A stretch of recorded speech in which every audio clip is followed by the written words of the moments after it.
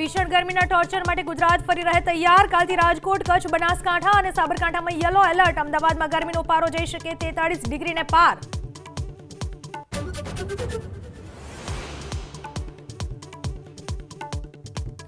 સિંચાઈના પાણી માટે ખેડૂતોના કાલે ધરણા। બનાસકાંઠામાં ચાંગા પમ્પિંગ સ્ટેશન પર ધરણામાં જોડાવા ખેડૂત આગેવાન અમરાભાઈ ચૌધરીની ખેડૂતોને અપીલ।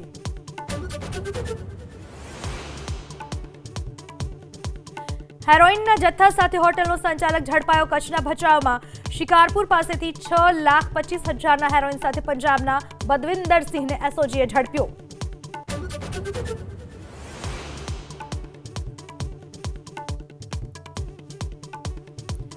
દુબઈ સુરત ફ્લાઇટમાં સિગારેટ પીતા યુવક ઝડપાયો। દુબઈની હીરા કંપનીમાં નોકરી કરતા રાજેશ પરમારની ધરપકડ। આરોપી પાસેથી 3 દારૂની બોટલ પણ મળી।